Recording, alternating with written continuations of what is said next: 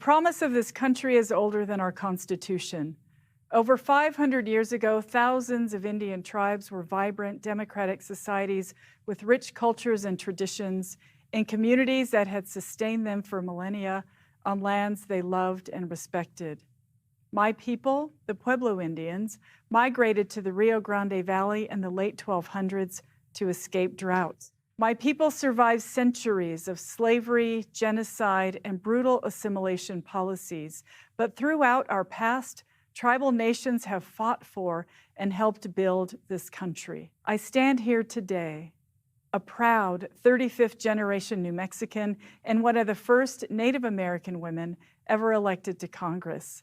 I'm a symbol of our resilience as the embodiment of America's progress as a nation. We still don't yet feel safe around other members of Congress. One just tried to bring a gun on the floor of the House today. I believe it was Representative Andy Harris of Maryland. He tried to bring in a gun onto the House floor. There are separate House rules that prohibit the bringing in of firearms. Now, these are rules that date back to the Civil War. Why does a member of Congress need to sneak a gun onto the House floor? The moment you bring a gun onto the House floor in violation of rules, you put everyone around you in danger. And so I don't really care what they say their intentions are.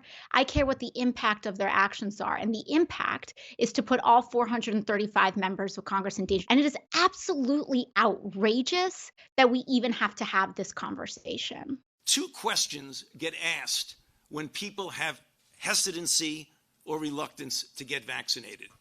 Did you go too quickly is the first. The answer to that is the speed was a reflection of extraordinary scientific advances and did not compromise safety, nor did it compromise scientific integrity. The next question is, okay, but what about the fact, is it really safe and is it really effective? Or is this something the government is trying to put over on us? Is this something the companies want to take advantage of? Well, let's take a look at what's happened over the past few months. We've had clinical trials, and thanks to the volunteers in that trial, in tens of thousands who have put themselves on the line to prove to the country and the world that these are safe and effective products.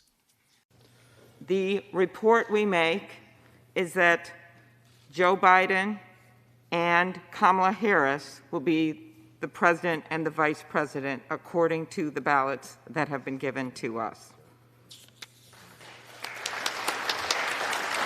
He has a statement.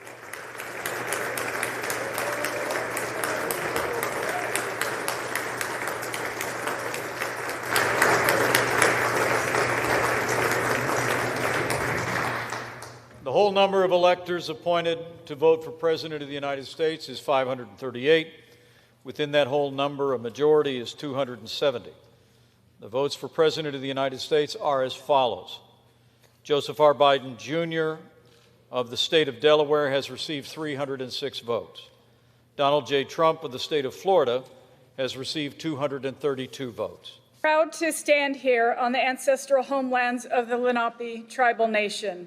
The President-elect and Vice President-elect are committed to a diverse cabinet, and I'm honored and humbled to accept their nomination for Secretary of the Interior.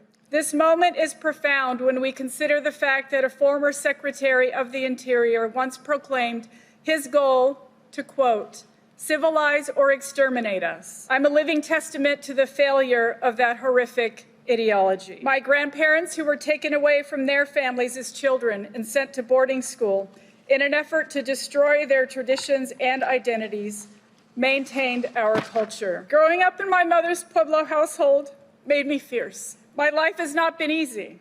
I struggled with homelessness. I relied on food stamps and raised my child as a single mom. These struggles give me perspectives, though, so that I can help people to succeed.